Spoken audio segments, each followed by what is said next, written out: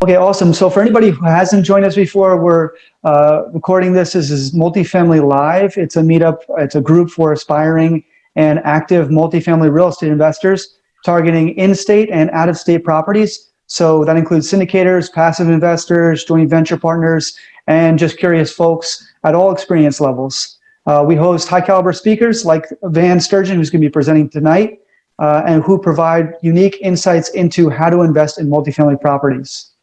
So with that, we're going to be hearing tonight from Van Sturgeon, who has been making multifamily properties profitable for the last 30 years. He personally owns over 1,200 doors across North America and has appeared on major news outlets like Yahoo and Los Angeles Tribune. He's also appeared as a guest on top-ranked multifamily podcasts, including Bill Manacero, Rod Cleef, John Kasman, Joe Fairless, and Kel McElroy. He helps real estate investors create on-budget and quality scopes of work for their renovation projects by using his 6-step Scale Your Multifamily Portfolio framework.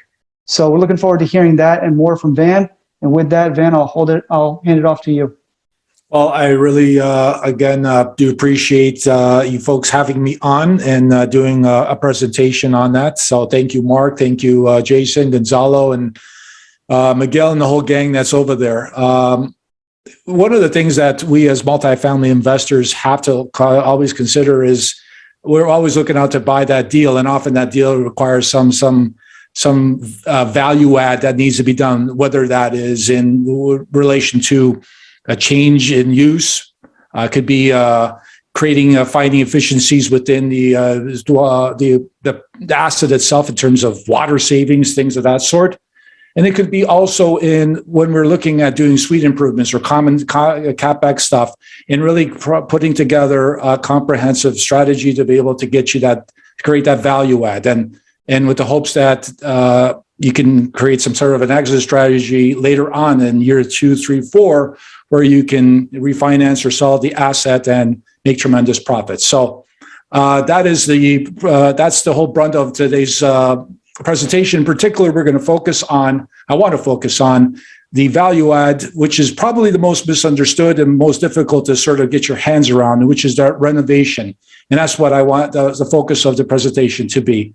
So I'm going to share my screen right now, which is right there. And Mark, see, everything's working out, right? Everybody can see that, correct? Yep, we can see you. Excellent. So again, I just, to begin, I really want to appreciate the time that everybody's taken out of their busy lives to come out to this presentation.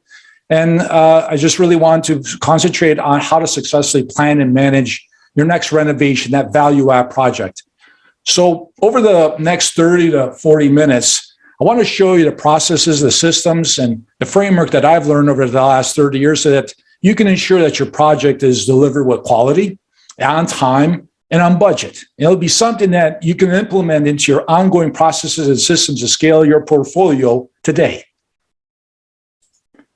I'm confident in saying that I will help you learn today how to save 20% on the total cost of a renovation value add project and ensure that you have a quality renovation that's completed on time and budget. And how does that sound to you? Does that sound good? Is that what made you want you to come out here and listen to this presentation? I hope so. So after this lesson, you will learn how to evaluate your property and figure out what to renovate and repair, how to identify those items to keep you within budget on this renovation value add project. How many times have you heard of people who go over their renovation budgets or over renovate their properties that they essentially price themselves out of the market? I hopefully none of you out there are like that. You will see how to create a detailed scope of work. Hey folks, the devil is in the details, right? And so many times I see real estate investors go into a renovation project where they rely on their general contractors to develop a scope of work. And I know you're out there in this group. Well, how has that worked out for you? Allowing something like that is like letting the wolves into the hen house, right? I'm going to teach you why you shouldn't do that today. I'm going to teach you where you should be finding your contractors. There's so much misinformation about this topic, and I've seen it. There's some really, really goofy stuff out there on where to find good quality people to work on your project. I'm going to cut through all of that. And not only am I going to show you where to find good people, but also I'm going to show you why these good people want to work on your project. Hey, folks, I'm going to show you how wrong this silly idea is that all the good contractors are so busy for you and your project. I'll prove to you that it's not that they are busy, but the problem is that how you've been presenting yourself to these operators. I will turn you into a magnet for quotes from good quality contractors. Is that something that you're interested in? Hopefully, there are people out there who will be interested in learning about that. And if you are, can you please type a 1 in that chat box? If you are, type it. I want to hear some enthusiasm from you folks about this. Good.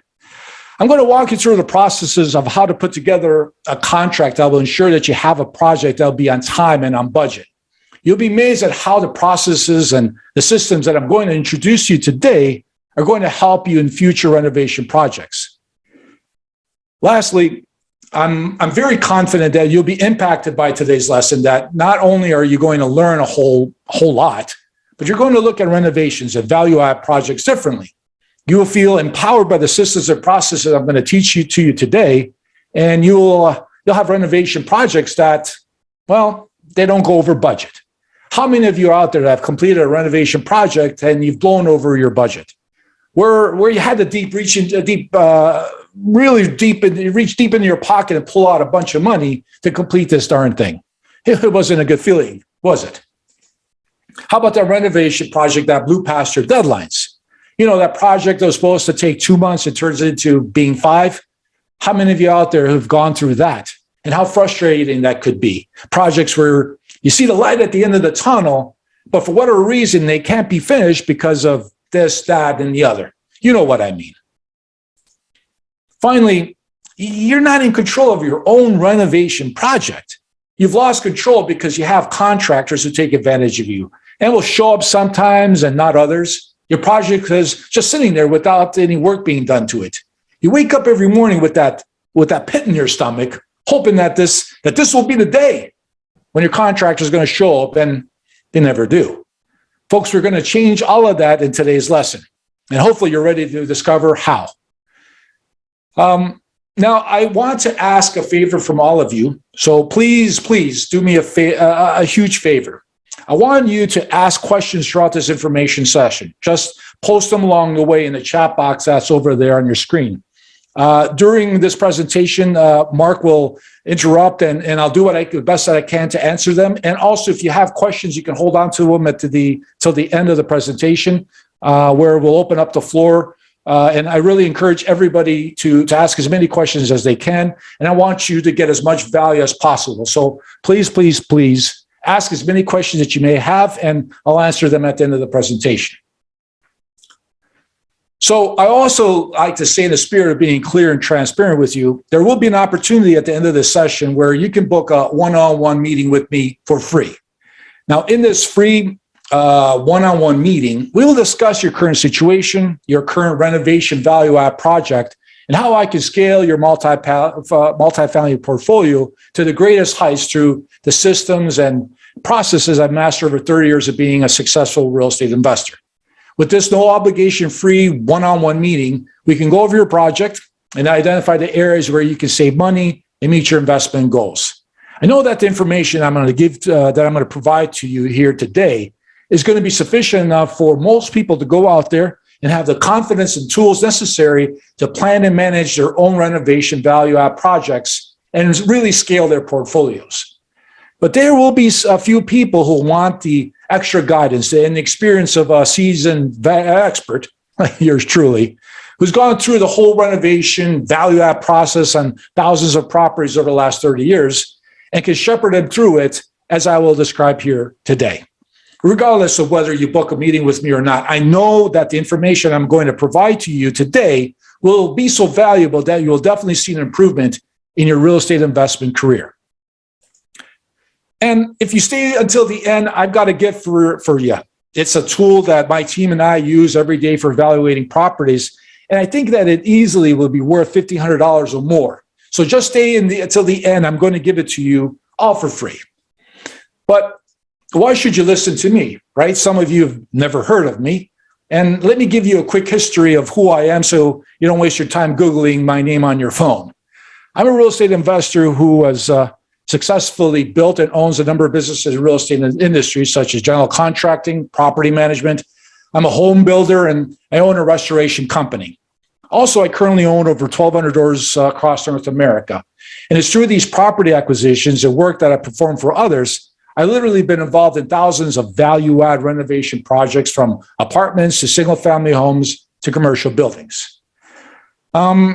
Pretty much I've done everything that walks and crawls in real estate, and I've been truly blessed to have reached all those accomplishments.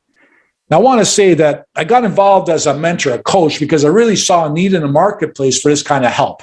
There are a lot of courses and coaches that teach stuff like how to wholesale or how to flip houses or how to raise money, etc. There's a lot of information out there, and it's good. If you need a course or a coach or a mentor or someone to get you off that proverbial fence, then do it, right? But unfortunately, as I looked over all of these offerings, I didn't see anyone offering some type of instruction or advice or mentorship on the whole renovation value add component of a real estate deal. I didn't understand why, considering how important of a role it plays in a successful real estate investment, right? Who hasn't heard of a bad renovation project where the contractor disappears or the quality work was so bad or it took forever to complete and the whole project was over budget, not completed on time? Nobody's out there to help multifamily investors figure out when you receive two different quotes from two different contractors that talk about solving the same problem, which one do you choose? How often have you come across a situation and really needed someone that you can trust to help you figure this out? So I help real estate investors across North America really learn how to successfully plan and manage their renovation value add projects and learn how to scale their multifamily portfolios. And as part of that, I've been on guests on numerous podcasts from Joe Fairless, Whitney Sewell, Rod Cleef, Ken McElroy, and so many others. I've written articles on real estate investing. I've been featured speaker in a variety of real estate investment forums and investment associations. I love real estate, and I love helping multifamily investors scale their portfolios to tremendous heights and avoid those huge pitfalls that come along the way. I have clients that span across North America, and they have all built massive multifamily portfolios using my 6-step process that you're about to learn here today. In real estate, you don't get any do-overs. A mistake can cost you tens and sometimes even hundreds of thousands of dollars, and it can be fatal. I've seen this so many times during the course of my 30 years of being in this business, where new real estate investors buy their first multifamily property and make so many mistakes that it financially ruins them. Hey, just as important as is to find a great deal, it's really important to learn or to know how to renovate and create value in that investment property. Let's face it, it's a very important skill set that we need to master in order to be successful and scale your portfolio. I've seen so many great deals turn ugly by virtue of a renovation value add that went wrong. Has that happened to you? Well, I hope not. Because learning to evaluate the renovation value add costs and understanding how to successfully plan and manage a project it's really important. Great deals and opportunities happen really quickly. And sometimes you only have a few hours to make a decision, or that property will be gone to someone else. In this overheated real estate market, you can't rely on contractor friends or property inspectors to come and give you an evaluation on a building and structure and tell you how much everything's going to cost if you have such a short time to make a deal. That's why I'm such a huge advocate for real estate investors to learn this skill set. I truly believe it is fundamental to your future successes. Hopefully that makes sense. When you learn and follow the framework that I'm about to give you, the whole renovation value add process is going to go smoothly. You'll learn the value of establishing a clear goal for your project and going out there and validating it in the marketplace. You need to understand and know where the sources of funding are to help pay for this project. Following my framework will help you identify precisely what needs to be repaired or replaced in the property and ensure that every action delivers on that goal that you've established and provides the highest return on investment. And I call this the needs and wants list. And it's from that list we go on to create a detailed scope of work where we're going to use that to make sure that we stay on track to reach our goals. Once we've got that nailed down, We'll talk about where and how to find those elusive, good quality contractors and have them quote on your project. I'm going to show you how you'll become a magnet and attract the best people who quote on your project and want to work with you. From there, we'll move on to the tender process and contracts. And I'll give you some important pointers that you could use immediately when you're negotiating with your contractor that will guarantee that you'll have a higher chance of success in completing your renovation project on time and on budget. So stick around. You're going to get a lot of great information today. I'm so confident in my 6-step to scale your multifamily portfolio that you're going to save at least 20% on a total renovation project in time and money. And 20%. What would that do to your calculations or return on your investment? Folks, I'm brought into projects right now where real estate investors will provide their plans and their ideas and their thoughts and goals for a potential renovation value add. And I can easily streamline or cut out or offer substitutes that can save them a whole lot of time and money on their project. You're going to learn how to do all of this today by learning how to create a detailed scope of work and stop relying on your contractor to make one up for you. It just irritates me to think about it. By the end of this lesson, you're going to understand and appreciate why this is the worst thing that you could possibly do to your project. After this lesson, I'm going to give you the framework that'll make you unafraid of scaling your multifamily portfolio. You'll feel empowered by looking at rundown properties and seeing its potential. Just think about that. What kind of a competitive advantage would you have over your fellow real estate investor who's out there with you, competing with you, looking at properties just like you? Would you be in a better position to find and make offers on properties in comparison to other people who have got no clue on what and how much a renovation project will be? Would you be able to find and close a lot more real estate deals by looking at properties that most people wouldn't touch with a 10-foot pole? So let's launch into my 6-step framework. So the first step in my framework is setting goals. And what is your goal for this renovation value add project? As a real estate investor, we purchase properties that have got some type of issue that usually stems from a need to renovate and repair a property. The reality in real estate investing is that we're always looking for that great deal. And in an overwhelming majority of the time, that great deal requires a lot of work. Goals are incredibly important in real estate investing and, well, life in general. It's not any different than in renovating a property. You need to set a goal for this project and write it down. If you're looking to make $150,000 on a flip, that's great. Write it down. If you're looking to raise rents to $1,200, that's great. Write it down. Once we have a goal established, everything associated with that project must be filtered and processed and flow through this goal that we've established. That's how we stay on budget.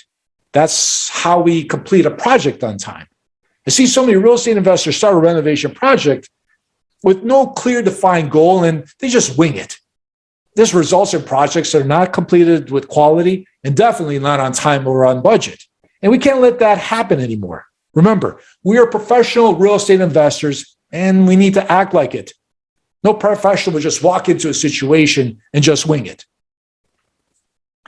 Once we have established that goal, we got to get out there in the marketplace and got to go validate it. You need to validate to make sure that goal is achievable. So if we're looking to make $150,000 on a flip, you need to go out there in the marketplace and see what a property that's currently being listed for sale or a property that has sold for similar money to reach your goal on your property. You need to see what these properties have that your property does not. Visiting that property, looking at pictures, seeing exactly what this property will enlighten you about yours and the prospects of reaching your goal and what you need to do to your property to reach your goals. Things like how many square feet in comparison to yours? What kind of a kitchen and bathroom does it have?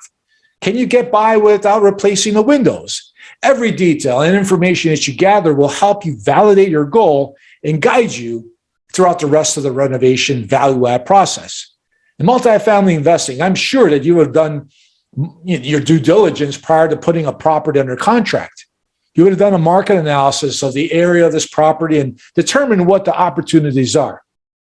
But did you really dig in and look at those comparables in the marketplace and be able to distill what elements that they have that your property does not? If you haven't, then this is the time to do it again, but do it thoroughly. And don't rely on your property manager to do this for you. Don't be lazy. There's a lot of money at stake here. A property manager doesn't really care if you succeed or fail. They're making their money regardless of your results. So if your goal is to raise rents to $1,200 a month, you need to really look at the individual suites and the common areas of these properties and determine what you need to renovate in your property to get you to your goal, to get you into the rents that you're looking for. Is your lobby up to snuff? Do the hallways, do you do carpeting or wallpaper? All this information is needed to validate your goal and help you figure out what you need to do to your property. And there'll be times, unfortunately, in this process, you're going to find out that your goal is unrealistic. We can't magically add swimming pools or underground parking garages to raise rents. This is time to get real, folks. And that's why we need to establish what our goals are, and we need to go out there in the marketplace and validate them. Understand what we need to do to our property in order to reach our goals. And hopefully that makes sense to everyone out there.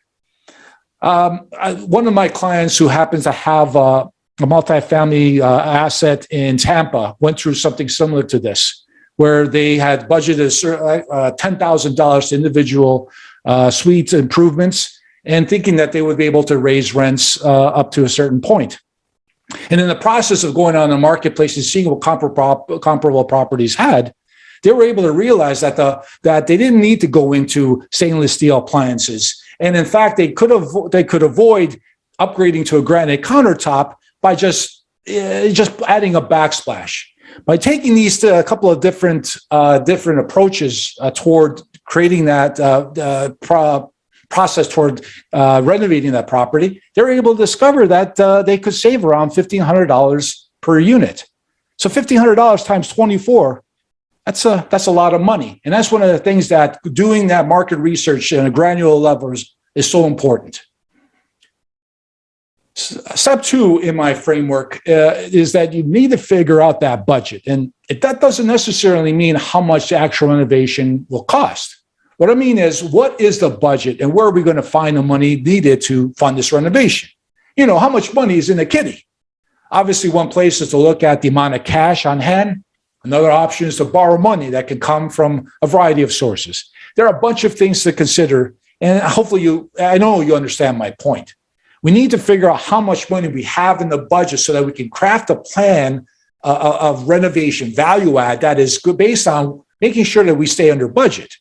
Now, one area that I found that a lot of real estate investors miss out is using government subsidies and programs that are out there. You know, depending on the municipality you live in, there are opportunities to take advantage of government programs that exist. There are programs to be more energy efficient or subsidize renovation costs of a particular asset of your property. And this is a great source of finding money to elevate the value of your property by taking advantage of these programs. And one of the things that I've come across in being able to use is in certain areas where I've held assets, we've been able to upgrade the lighting to LED, and the government stepped in and subsidized that cost. I know in one particular area out in Cleveland, there's a zone where any capital improvements that are made to the property can be put toward your property taxes, and that money can be spread out over a period of time so that you don't, whatever monies you're paid, are able to take them pay them back to your real estate, so your property taxes. There's a bunch of opportunities that are out there that you need to go and explore, and it's as simply as making a couple of phone calls, and you'd be surprised at what's available to you. Once we have our goal and we understand how much money we have to spend on this renovation, we're going to move on to step 3 in my framework, where we're going to create a needs and wants list. And very simply, you're going to walk through the property with a clipboard in hand and identify the things you want to either repair or renovate. Go through the property and write it all down. The reason why it's called the needs and wants list is because we're going to have literally 2 columns on that actual list. One side of them identifying the things that need immediate repair or renovation. You know, some of the things you would put on that side of the list would be like a leaking roof or a pothole in the driveway. You know, these are items that need immediate attention, because they're either going to cause more damage to the building structure, or they could create bodily harm to someone. On the other side of that big old list is where you're going to be compiling a wants list. And these are items that you would like to include in your renovation value add project that you feel will get you to your goals. Remember, having goals is so important in this process as we use them to identify everything associated with our project. This is where you place items such as replacing a tile in the lobby, renovating the hallway corridors, and implementing a renovation plan for each unit when there's a turnover. This is where you put that functional but yet very ugly lime green carpet from the 1980s as an item that if you had the dollars in the budget, you would go out and replace. But if you don't have the dollars, you're just going to have to, unfortunately, live with it. Here's a tip that I'll throw out to you for all you beautiful multifamily investors. Actually, let me position it as a question, okay? Let's say if you have a multifamily property that is in need of renovation across the board, from the common areas to the individual suites. Where do you think you'll derive the biggest bang or the highest ROI in renovation if your goal is to raise rents? You enter in the chat at number one if you think that renovating the common areas would be the better way to go, or type number two if you think it's renovating the individual suites. I'm really curious to know what you folks think. So go ahead, don't be shy. Tell me what it is your thoughts are. I'm opening up my chat over here so I can see. Mark says number two. That's very sage of you, Mark. David says number two. Miguel, number two. How you doing, Miguel? Yes. Yes. I see that there's a general consensus on number two. And I don't think that's right. It's not number two. Renovating individual suites, in my humble opinion, is not the way to go if you want to actually get the highest ROI in renovation spend. And the reason why I say that is I have found in my humble experience of doing this that you get the best bang for your buck when you do improvements associated with landscaping, common area improvements associated, things that will provide and entice you to be able to go into the property. And that I have seen a much more biggest I see the biggest high return the biggest return in ROI on doing those types of items on the exterior versus doing renovating individual suites. Remember, when we start renovating suites and replacing kitchens and bathrooms, all of these are pretty expensive, high-ticket items because we're not only dealing with one unit, we're doing a bunch of units. And I've seen the best bang for your buck when you're doing common area stuff, and you'll see the biggest delivery of the highest ROI. So thank you for all of that. And I just wanted to, I appreciate everybody bringing their opinion in. Again, everybody's entitled to their opinions. So the reason why I brought this up is one of the things that part of that whole thought process associated with doing the common area improvements versus individual suites is a real estate agent long time ago told me, said, Van, you can't sell the steak without the sizzle. And as important as it is to make sure that our the individual suites are modern and all that good stuff, you still need something that entices people to come into your property when they're driving by or they're interested in renting. So I have based on my experiences, when you renovate these suites, these places, and you create a wow factor on the common areas, you tend to see on a conscious and subconscious level that the first impressions are the most lasting. And making that big impression first in your product when you're out there trying to sell your product, you see that it seems that you're able to overcome a lot of deficiencies within the individual suites when you have the common areas pop. So that's what I come across in terms of my experiences. So moving through my 6-step process, we've come to a detailed scope of work. And a scope of work is a document that will provide you the opportunity to specify exactly everything that needs to be repaired or renovated in your property. It goes to the point of identifying the appliances, the color of the hardwood, the type of hardwood, the manufacturer, what ceramic, porcelain, tile, the colors of the wall. All of the critical elements associated with the renovation project will be included in this document. All this information needs to be gathered by you and included in your scope of work. If you don't include these specifics, then you really are opening up yourself to misinterpretation and ultimately adding additional time and money to your budget. Now, think about this. Do you know how many varieties of toilets are out there? You can buy a toilet for $100, and there are ones out there that you can buy for $1,000, $10,000. Did you know that there's different qualities of paint, and they come from the same paint manufacturer? If you don't specify within your scope of work the type and quality of the paint that you want to use in your project, as an example, which one do you think that your painter or your general contractor is going to choose? Yeah, that's why it's so important to do all the hard work and planning in the planning phase of your renovation project, so you don't have these issues when you're in the midst of the actual renovation itself. You can't waste time on the fly and choose things like colors and types of laminate floor. Every commercial project I've been associated with, there's a substantial renovation. When there's a substantial renovation that's being planned, each one of these projects has a scope of work developed and is really detailed. And it's supposed to eliminate any guesswork or gray areas about that renovation value add project is going to get started. So look at it this way. One way or another, you're going to have to make those decisions on a type of toilet and the color of the walls and the type of paint. Isn't it much better to have a system where you identify all of those decisions and have them listed in a document? Isn't it much better to identify the processes that you would like to see implemented within your renovation project so that you ensure that you're getting what you paid for or envisioned in your project? There's some things to think about. A scope of work is complicated, and unfortunately, there's not enough time to go into real depth on how to create one properly. I will say that a scope of work should be broken up into components of the building structure. This means that you would separate the sections for the roof, the electrical, the plumbing, etc. And within each of those components, you'll navigate around the property from the exterior to the interior, identify those areas and items that you'll like to repair or renovate. For example, I separate exterior paint from interior paint, but in each of those components, I clearly identify the areas of the building structure that I would like painted and the process that I want to see executed in delivering the end product. And what that means is that I go beyond saying that I want this type of paint and color. No.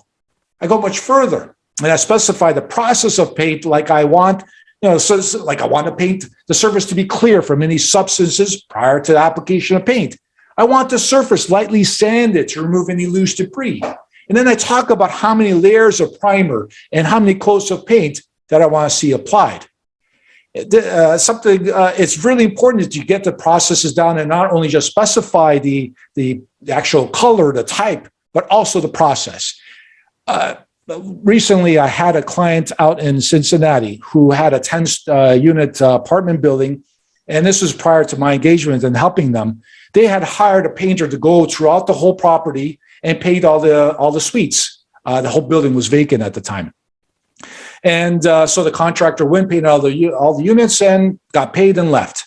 And then my client started to go out there and started to rent all the apartments. About 8-10 months later, all of a sudden, the property manager comes up to him and says, "We got a problem." They've been receiving numerous complaints from tenants that the paint was literally peeling. It's like paper, just peeling off the walls. And this is a big problem. And through some investigations, we were able to determine the reason why that was the case is because, one, the paint surface wasn't cleared. So there's areas where there was dust, there was areas of grease buildup and dirt nothing was done to prep the wall. And the painter used the cheapest quality paint possible. And there's no recourse against that painter. And so now my client had to go through the whole process of repainting it again.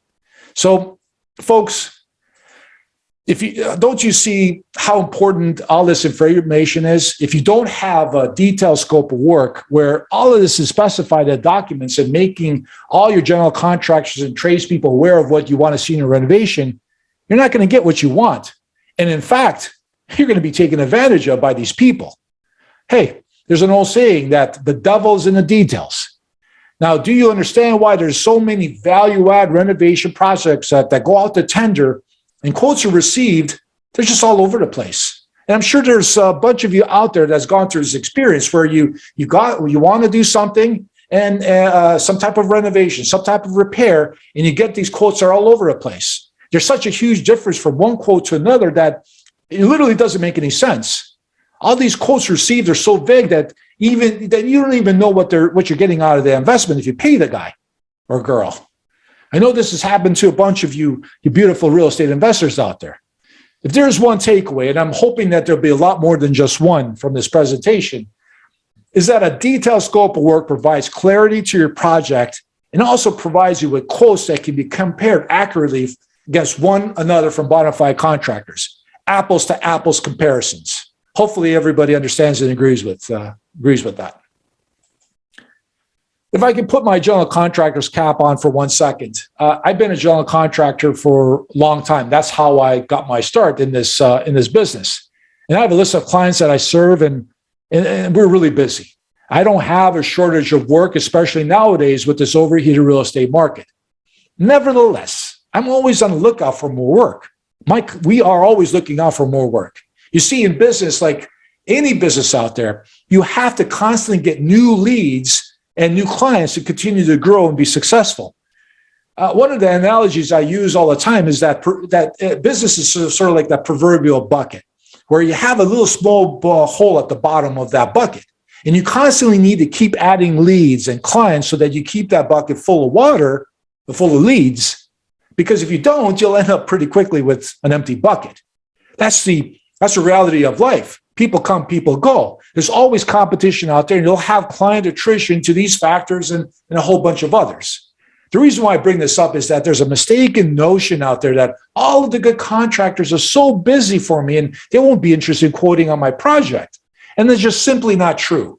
There are good qualified contractors out there right now that'll be interested in quoting on your project. I guarantee it. And unfortunately, if you appear as though you're a novice or that you don't know what you're doing, then trust me, these good operators, guys like me, we're not going to waste our time on you quoting, because quoting takes a lot of time and effort. And so if we don't see the professional in front of us who's got their stuff in order, I'm sorry, folks, we're not going to waste our time with you. So time is money, folks. Completing a detailed scope of work goes a long way to making you look like a professional. And most good contractors they don't want to get involved in a situation where they hold your hand throughout the whole process and wait for you to make decisions. Trust me, contractors make their money on turnover of projects and not sitting on one and milking it to death. So even if you don't have a relationship with a contractor, by virtue of having a detailed scope of work where you have all the information necessary to provide an accurate quote, you'll get these operators to be interested in quoting you on to giving you a quote. Actually, in many cases, you will have elevated yourself from the competition by providing a detailed scope of work and making yourself more desirable than others who are out there looking for the same services. Does that make sense to all of you? Please drop a comment in the chat. I'd love to hear your thoughts. Give me a yay. And if there are any questions right now at this juncture, I really would appreciate if you could drop them in right now. And Mark, if there's anybody that's at this particular point, because it's really important, there's a lot of misinformation, confusion out there associated with that we can't find people. And I really want to address that head on. And so if there are any questions, by all means, Mark, throw them out. And if not, then I'll just continue on. Absolutely. There's nothing in the chat as of now, but one question I had was, as you're going over the scope of work, where do you draw the line in terms of how you want things to be done versus maybe micromanaging a contractor? Well, I don't believe that you would be. This is at the stage of creating that document where these are the things that you want to complete it and the manner in which how you want them completed. That I don't believe, and I wouldn't look at it as a general contractor. If I had a client request, provide me with a detailed scope of work, exactly what they're looking to accomplish in their renovation project. What you'll end up finding is those individuals that if you were to provide a detailed scope of work to contractors, they will look at the ones that are not interested or find that it's too detailed are the ones that you just don't want to do business with. Because typically those individuals that will see that kind of detail get scared away because you know a lot more than they're comfortable with. Guys who are in the business who are successful and know what they're doing will be very thankful and appreciative of your efforts and it makes their life easier. Because again, we make money. I'm a successful general contractor, and I make my money on turnover. I don't like spending my time hand-holding, waiting for you to make decisions. So if you provide me with a detailed scope of work, immediately you've elevated your game from comparison to others that are out there, and that's the reason why I strongly encourage folks to do that. And by virtue of having something like that, you just become a magnet to these good quality contractors who are interested in quoting on your project. And they're out there, trust me. It's just a matter of hopefully you see value in spending the time and effort to put something like that together. Thanks, man. That was really helpful. So we got a couple questions here. Is there a standard format that a GC likes to see for the scope of work?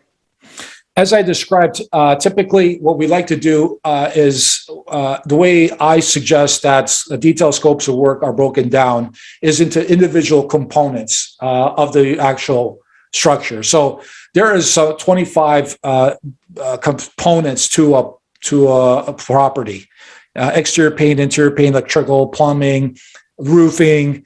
And each of those components is where you should then identify what the issue is associated with that property, and then specify exactly what it is that you're looking to accomplish. So again, if you're looking at it in terms of electrical, and you have a light that you want to install outside, and there is a light switch that you want to replace inside or you want to add.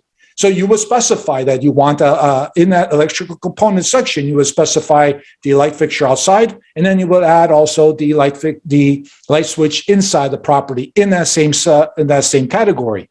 And I would also go further into putting some type of a process associated with that, so to ensure that whatever work whoever's bidding on is going to provide it, make sure that they provide exactly what it is that they should be. And so there's a number of different strategies how to put that together, but that is how, in rough terms, how the framework should be put together. So that as a general contractor, you're going through these different components. You see electrical, you see plumbing, you see painting, and actually me as a general contractor who doesn't have an electrician or a plumber or a painter on staff, I take those individual components and I'm able to send it off to my electrician, my plumber and painter, get pricing from them, which then I add together to give you a quote. Typically, general contractors are in a position they don't need to go to that extent, because we have numbers already associated with each of those different elements would be or cost us, then we would upcharge you. But that's how you would structure it. That's great. Thanks. So arranging it according to the component of the building. Okay. And then Tommy asked, you like the detail that you provided with the painting example. For someone who's not handy, what resources would you recommend to educate more on the process of renovation, rehab, construction, et cetera? Maybe for them to learn about some of these components, for example. There's a lot of information out there on in terms of YouTube videos and books and content associated with, specifically if you're looking to do painting a wall or replacing electrical outlet, is things of that nature. I think that it's for the purposes of for my presentation to you folks out there. I strongly am a huge proponent of figuring everything that you want to accomplish within this renovation value add and going out there and soliciting efforts from contractors to do the work. Unfortunately, out there in Hollywood, there's these DIY shows that romanticize the whole notion of going out there and renovating a property on yourself. And it's so much fun to knock down a wall and you make so much money. It's all beautiful stuff. But the cold, hard reality is, and I'm pretty sure a lot of you beautiful real estate investors, multifamily investors, your first inclination probably has been your first project was to do something like that. You realize that it's a lot of work to do that. To knock down that wall, it tumbles and it breaks off into millions of pieces that somebody's got to pick up. And there's lots of dust. And then you got to take that stuff out to a garbage bin. So the point of it is that I want you to create, because we want to work on the business, not in the business. And I think most successful real estate investors who are looking to scale their portfolios need to establish some type of a process and system that what I've outlined here. When you're looking at doing a successful renovation, where you go through these steps and you have something that's pretty bulletproof, that you can go out there, tender, and knock down a project and make sure that it's value, you create a tremendous value. Mark, is there anything else? Yeah, so Gonzalo kind of asked a similar question there, so I'll skip that. What about saving money by hiring contractors to do the labor only and the owner landlord to purchase the material? Is this recommended at all, especially in multifamily investing?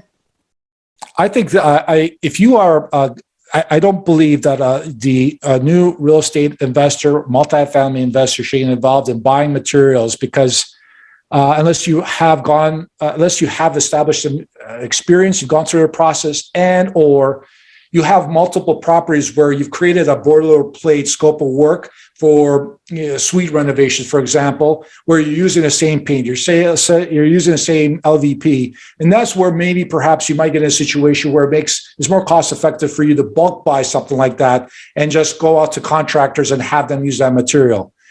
In the beginning, I strongly encourage real estate investors, multifamily investors, when you're going through a renovation value add, to have everything provided in a supply install basis. The reason why I say that is, do you really want to get involved in having to go buy material for a contractor and standing by there waiting at the job site for the material to arrive and make sure that the material is the right quantity, delivered? And then what happens if they're short material? Who's going to go run out and buy it? And what happens if they got too much material? Oftentimes you can't return it. So if you look at the savings associated with you bulk buying stuff and negotiating stuff like that in comparison to the tremendous waste that's associated with it, I strongly encourage people in the beginning to just get pricing on a supply install basis. And there's lots of folks out there who think that the big time boys bulk buy materials, and I'll tell you that oftentimes they do not, because they don't want to get involved in the overhead associated with holding on to materials, odds and ends, and things of that nature, and much rather be put in a situation where the contractor takes responsibility for that. So that's my humble opinion. I strongly encourage you not to get involved in that. Supply and install is the way to go in the beginning. Gotcha. Okay, thanks for that, Van. I think we'll go ahead and continue with your presentation, and what we can do is circle back with some of these questions later. Absolutely. And like I said, again, right from the beginning and throughout this presentation, just keep launching those questions that you have. And I'd love to have a jam session at the end of the presentation where we can break things down much further. So to continue, once we've gotten through the process of creating a detailed scope of work, now we're ready. We're ready to move on to step 5 in my framework, where we're going to find these good quality contractors and get them to quote on our project. Now, where are they? And which rock should we uncover to find these great people? That's the reason why I got a picture of the rock, Mark. Isn't that a nice picture of the rock there? Wonderful. That's the reason why I got a good looking rock. Thank you. Well, I'm asked this question often, and the answer is that you need to start by asking for references from that power team. That team that you created in each of these areas that you focused on trying to find a great deal. That includes those real estate brokers, insurance or mortgage brokers, wholesalers, property managers, people like that who are helping you find and make those great deals. Those people who are active in those areas also are treasure trove of great references of good quality contractors for you to tap into.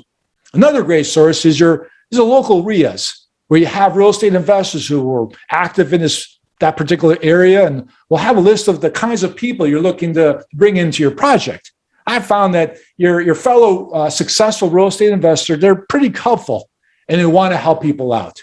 So you should be able to find active participants in these groups, and you'll get amazing information and advice from seasoned veterans who are in the business. And this is the kind of information that you can't get from watching YouTube videos or reading a bunch of books. So I really encourage people to be active in these communities. Like this meetup is a great place to get great content and information, and also to get some leads from contractors.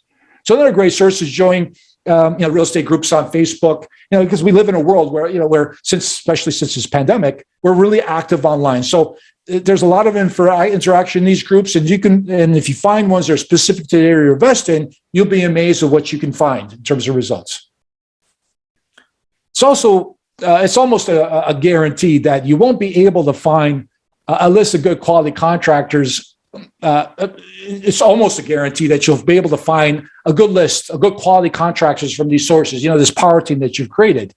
But don't fall into the trap of listening to people tell you to go elsewhere to find these people.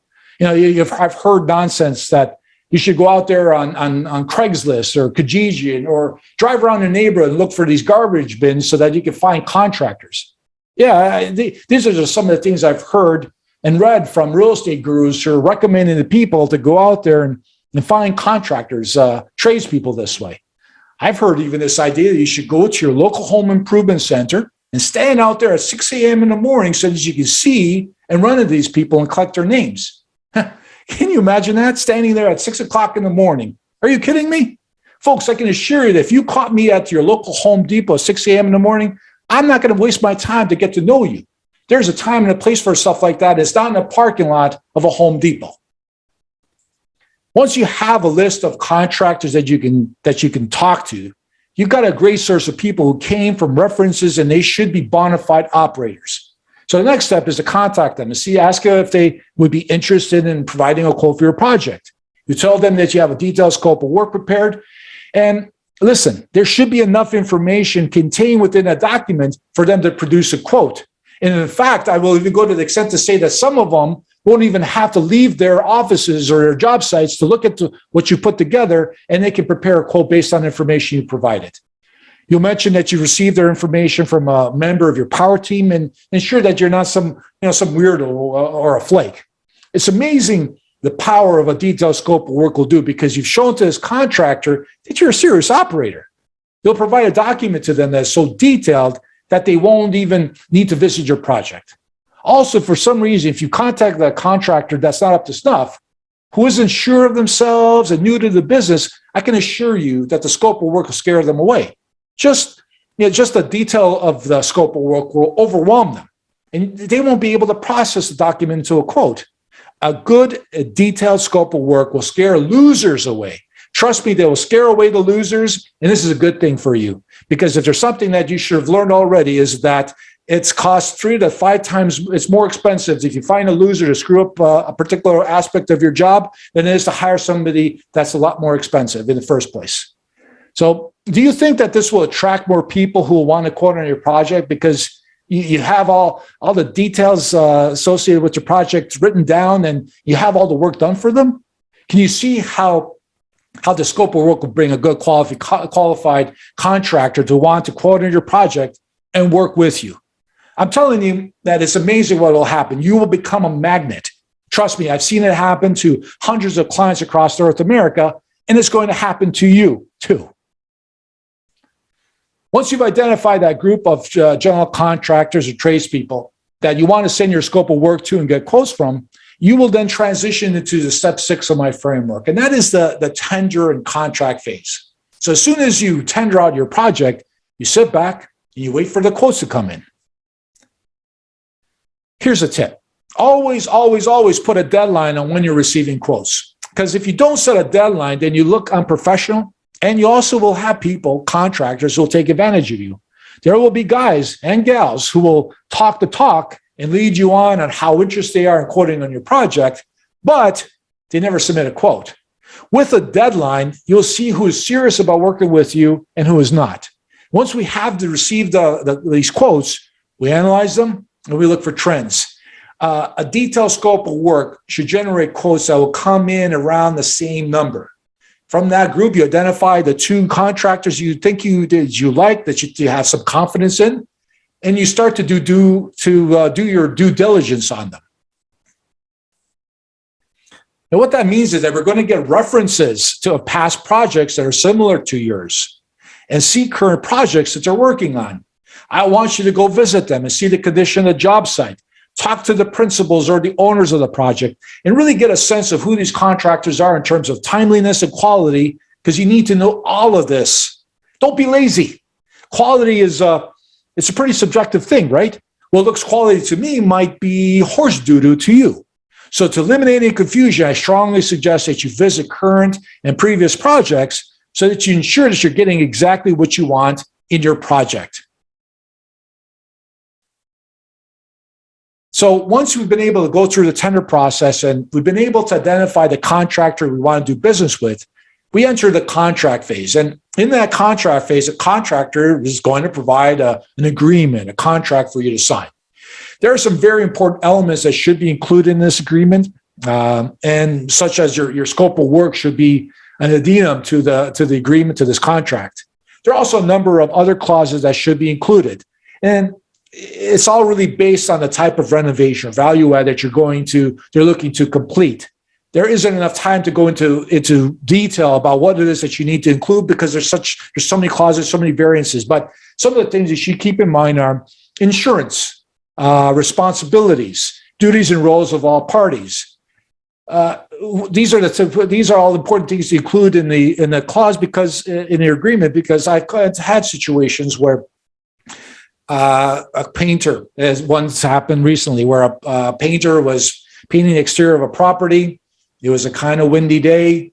The paint mist kind of picked up in the air, and guess what? It went on to the neighbor's car.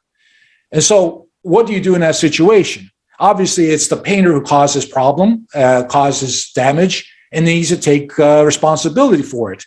But you can't just go outright and just withhold money from a person's pay. You have to have some sort of a mechanism, a clause in place to be able to allow you to be able to make that necessary deduction if the painter is not willing to go forward and make restitution on it, so that you have the ability to be able to do that and withhold that money. So those are the types of things you would like to see in an actual in a contract.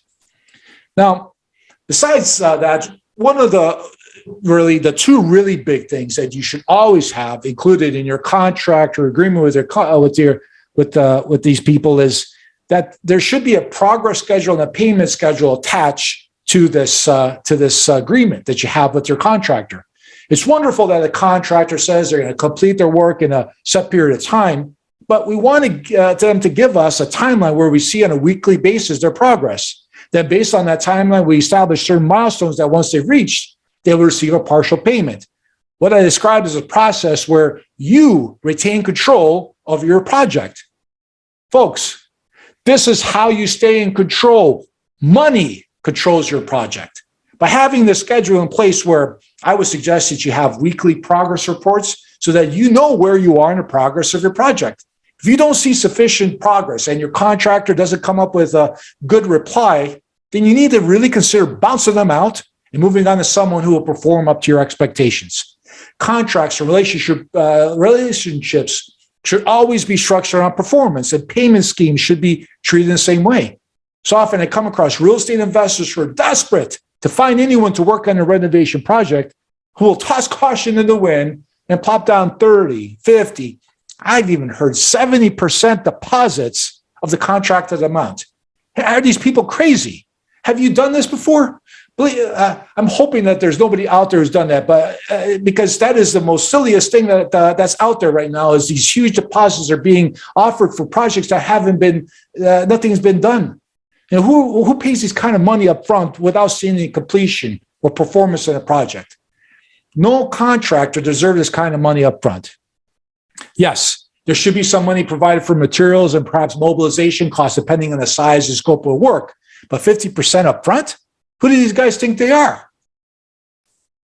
McDonald's.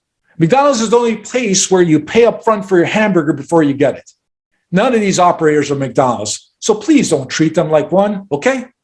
So in the contract phase, listen very clearly. Please implement this in your systems and processes moving forward. You need to establish a progress schedule and a payment schedule so that everyone, you, the contractor, everybody, fully knows where each party stands with payment and what each other side's expectations are for progress.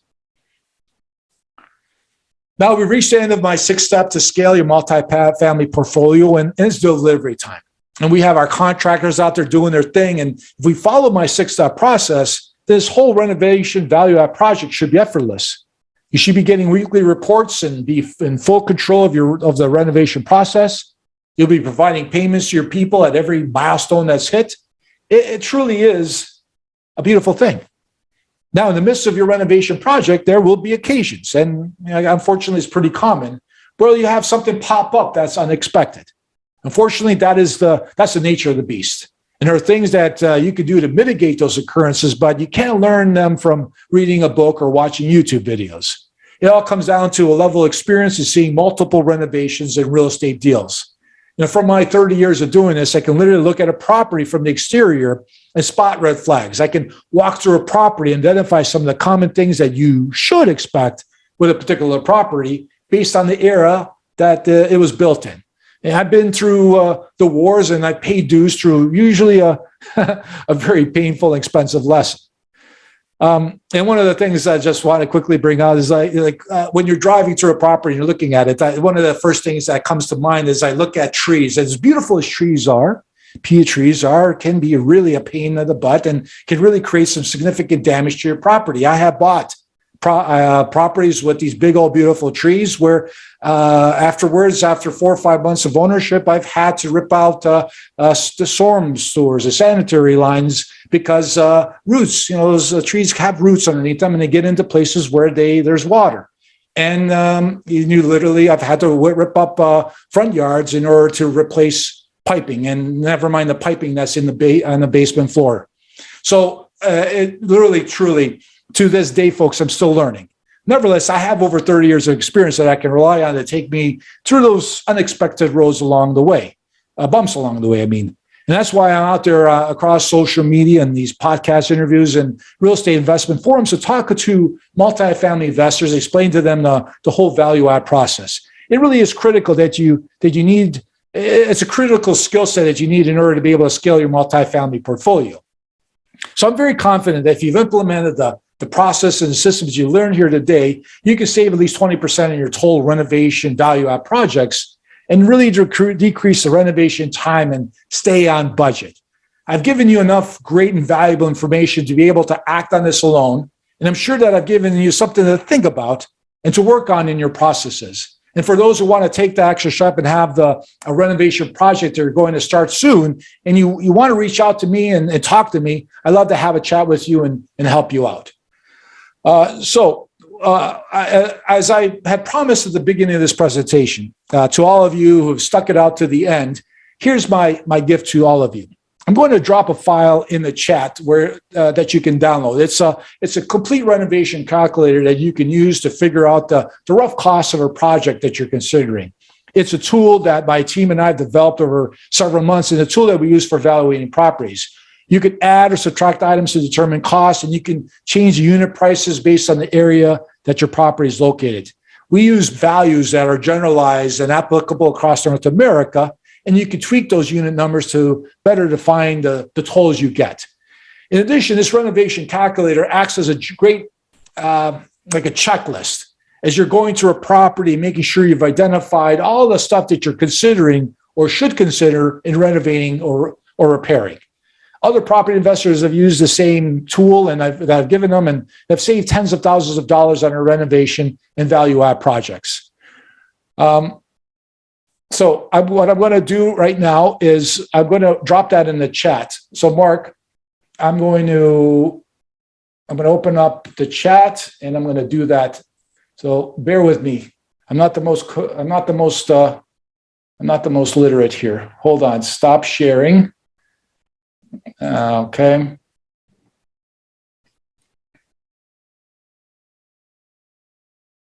I'm going to, okay, here we go. Yeah, so in the meantime, while Van's pulling that up, if anybody has any questions that are lingering, maybe questions we didn't get to earlier, or anything you want to, a little bit more explanation on, feel free to throw that in chat and we'll go from there.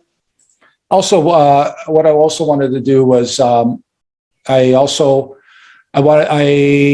share screen. So there is my email address as well as a link to my schedule for any one of you folks who want to reach out to me. There's are two areas where I'm also on social media, like Instagram and Facebook and all that, and LinkedIn as well. So if you really want to connect with me, you're more welcome to. I really want you to get the most out of this renovation calculator. So I really would appreciate Mark and the rest of you folks out there if you can download that file and make sure you open it up, and hopefully there isn't any issues with it. So the purpose of using this calculator and hopefully this presentation is to help you in your current or upcoming renovation value add projects. Besides being able to reach out to me through social media, through this website, there's also a link in the renovation calculator for my online scheduler. So you can choose a date and time that makes most amount of sense to you and schedule a meeting with me. It's free. There's no obligation. So that's pretty much it. I'm here to help real estate investors, and I enjoy sharing the 30 years of experience that I've accumulated and the 1,000 renovation value add projects I've successfully completed. So if you've got nothing to lose, reach out to me with your questions. As I mentioned earlier, I'm semi-retired now, and I really do enjoy the value add process and helping multifamily investors scale their portfolio. So go ahead, contact me. I'd love to talk with you. So hopefully you've enjoyed this presentation and learned a lot. And I guess let's open up for questions. Mark, is there any in the chat while I was talking? Yeah, and feel free, if you'd like to, you don't have to just post in the chat. Feel free to unmute yourself and ask Van whatever questions come to mind. So what I'm gonna do is I'm gonna stop sharing the screen so that all of you can see my beautiful, lovely face, much bigger now probably. And let's go into chats and see what we got over here. So Meanwhile, one question was, if material is delivered to the job site, how to make sure that it won't be stolen? Do you recommend surveillance cams, pumping up insurance, etc.? Well, that's another great reason why if you structure your relationship with your contractor and you do a supply and install, they would be the ones that would be responsible for that happening. You would have done your part in making sure that the property, and they should make sure that the property is secure. But now, if items are on the job site and all of a sudden things disappear, that's not your fault. And that's another reason why you should have a supply and install quote and let them worry about that. So John posts, any tips for finding and vetting a quality REI? I think is that real estate investor? Is that right, John? I think what he's referring to is so real estate investment.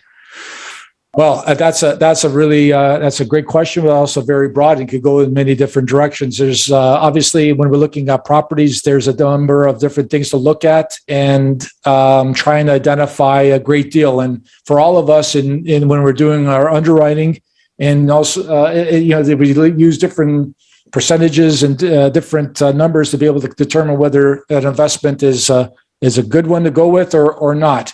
Ultimately, that's another conversation that you can invite me to. We can talk about what kind of numbers you should be carrying forward when you're doing your underwriting. I'd love to talk about that because oftentimes I find new real estate investors, multifamily investors in particular, just drop these percentages indiscriminately about certain aspects associated with expenses. One good one is like vacancy rate. Like if you've got a property, if you got a 90, 200 suite building that you're looking at underwriting, yes, you could perhaps use the vacancy rate that's in that particular area to apply. But if you're looking at an asset that's only 6 unit, 9 unit, 12 unit, and you use what local area is vacancy rate of 3%, 5%, you can't really use that in terms of doing your underwriting for that particular property because if you take out one rent, usually that one rent is much more than the 3% vacancy rate. So, and especially if we're looking at a property where we're doing value add, we're looking to raise rents, there's going to be significantly more vacancy, significantly less income coming in, and that's something that should be factored in when you're determining whether this is a property or asset that you should be moving forward on and purchasing. What is the lien waiver? What a lien waiver is it's an agreement that you provide, that a contractor provides to you, that specifies that in consideration for the monies that they are providing, that they're receiving, that they will make sure that whoever's worked for them and or is a trades to them or a subcontractor to them, that they will receive payment.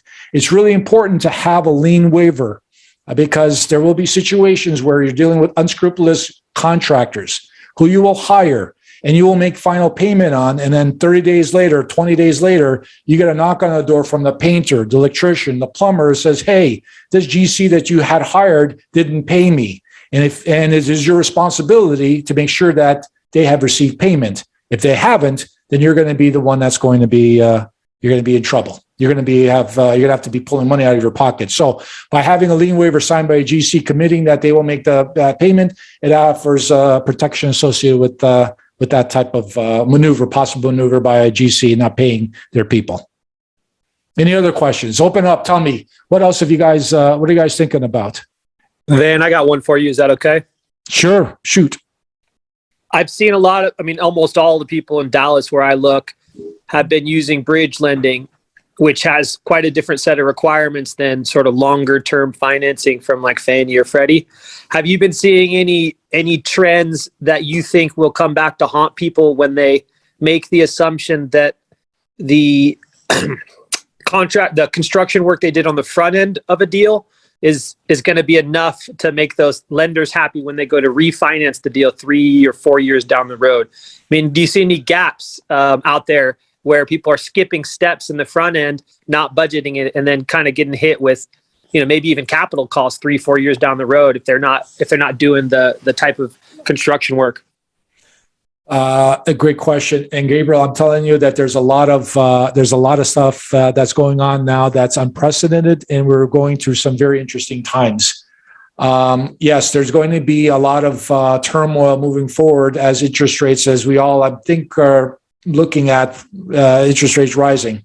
And there's going to be situations where those individuals that took on these value add projects and committed X amount of dollars with the hopes that there's going to be as kind of a status quo associated with where cap rates were, that in 3 or 4 years out, all these expenditures that were made to these to the suite improvements that are not going to materialize in the increase of valuation.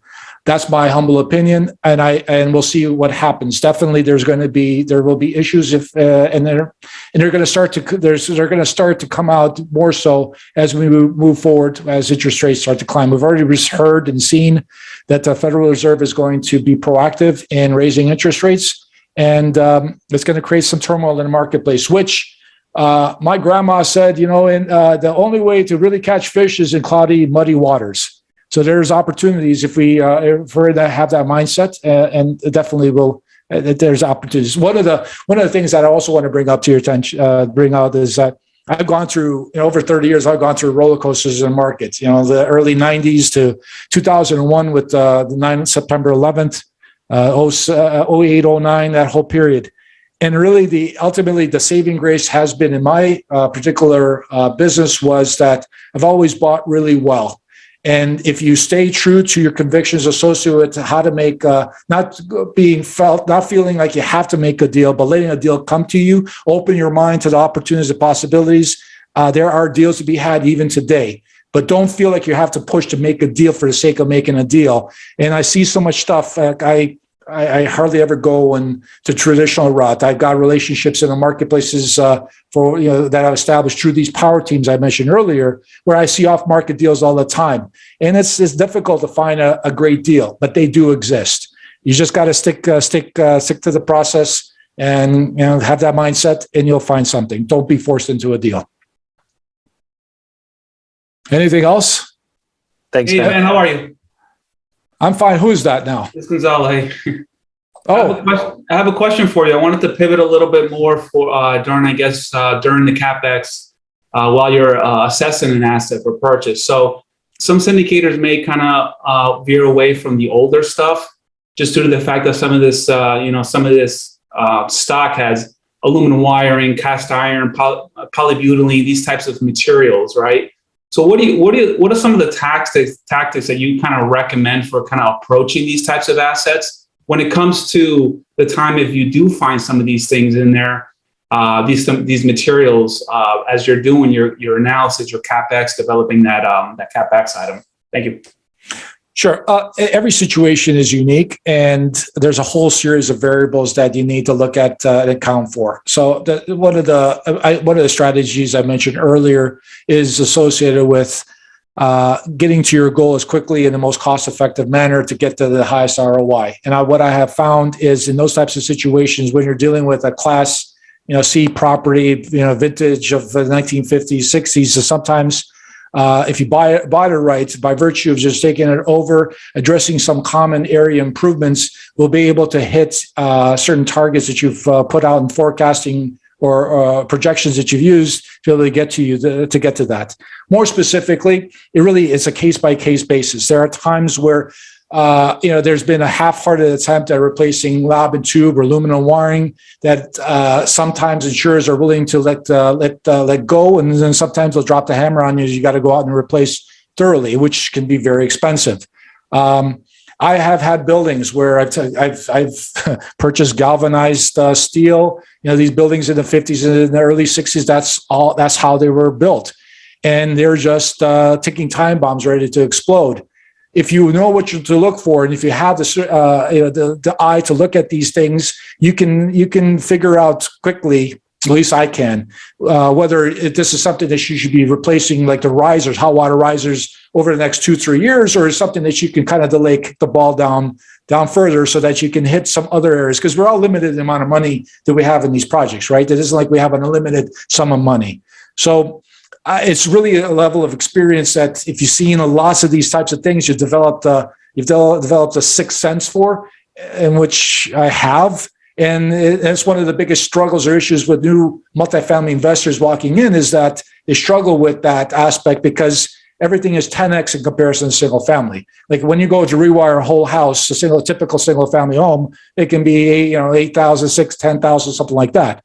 When you're looking at a multifamily asset of 20, 50, 100 units, well, it's a different animal altogether. So hopefully I've answered your question. I'm a really strong proponent. I asked that question earlier because it's really important, because this is based on my experience, is that a lot of people rush to start blowing $5,000, $10,000, $15,000 into suite improvements. And as I said, hey, hold on, hold your horses. Let's look at the common areas, look at the totality of the project in comparison with what's out there in the marketplace. And there's some things that are much more cost effective to deliver highest ROI in doing things, as aesthetic things on the common areas or exterior of the property. Any other questions? Don't be shy now. I love talking, as you guys, most of you can notice so far. Yeah, so Van, one question on the contractor side. So you've done all of your correct due diligence. You've created your detailed scope of work. You've got an ironclad agreement in place, but the contractor is not holding up their end of the bargain.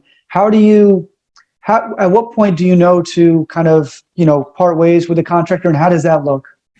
It's a great question, and it's often the biggest is one of the struggles of real estate investors, multifamily investors when they're new to this. Is you create a relationship with this individual, and they talk the talk, and they start working on your project, and all of a sudden, midway through, they start to do the disappearing act, and they start to hum and haw. That their truck broke down, they have a whole myriad of excuses, and they're not sitting at home. They're working somewhere else. They're just not working on your project. Hopefully, by virtue of you creating a progress schedule and a payment schedule, that should eliminate that. And that's been my experience. Once you get to that point where somebody isn't producing, it really, you've got to make a difficult decision. It's like, it's like a cancer. If you don't cut it out quickly, it just continues to grow a mushroom. There's been so many times where I've seen people give the benefit of the doubt to their contractor. Oh, he's just struggling. He's having a bad day, or he's having a bad week. He told me he's going to come back. And it never ends well. It hardly ever ends well. So I'm a huge proponent. It's a dog-eat-dog world. But I strongly encourage, if you get to a situation where this individual isn't up to snuff, isn't producing, that you got to cut them, because every single week, month that goes by is literally money out of your pocket. If you've pulled out hard money to be able to pay for this, that's money out of your pocket. If you're waiting for an increase in rents, or if your unit is vacant, that's a huge burden to be able to put up with, because when you purchase this asset, you are riding a fine line of in the beginning, especially where you're anticipating increasing rents, but you haven't got there yet, and so now you're waiting for this contractor to do his job and put the property, either rent the unit or whatever, and he's holding you back. So I know the struggles that a lot of people have in making that decision, but you need to make it. And often, what I strongly encourage is that, in that interaction that you've had with 2-3 contractors in the tender process, in that tender phase, you don't burn bridges. You, like a man, woman, you stand up and you say, listen, I'm not going to go with you because of XXX, whatever reason. I decided to go with this other contractor. But I'm a mover and a groover. I'm a person we're looking to scale in this area. We want to maintain a relationship with you so that in a future project, we'd love to have you quote on it. This one didn't work out, but the next one, we would like to invite you to quote. And by having continuing that relationship and not hiding, not ghosting people, just standing up telling the truth, you can then make that inroads, keep that opportunity to be able to bring that person into the fold if this contract you first chose is not holding up their end of the bargain. So that would be the course of action that I would take. Hopefully that answered your question, Mark. Absolutely. Thanks. So we're about almost an hour and a half into it. I want to be respectful of your time. And I know that some people have stuck around through this. So there's definitely tons of value that you dropped. And I'm sure, the fact that we still have 19 people on is testament to that. So I want to thank you, Van, for being on with us and talking to us about this system that you've created over your experience, over your decades of experience, for us to be able to manage our value add programs or our projects. I really appreciate you having me on, and I encourage anybody who's interested in having a quick chat with me. My email is van@vansturgeon.com, and then my scheduler is in that renovation calculator. By all means, you're more welcome to reach out to me. I'd love to have a chat. Thank you.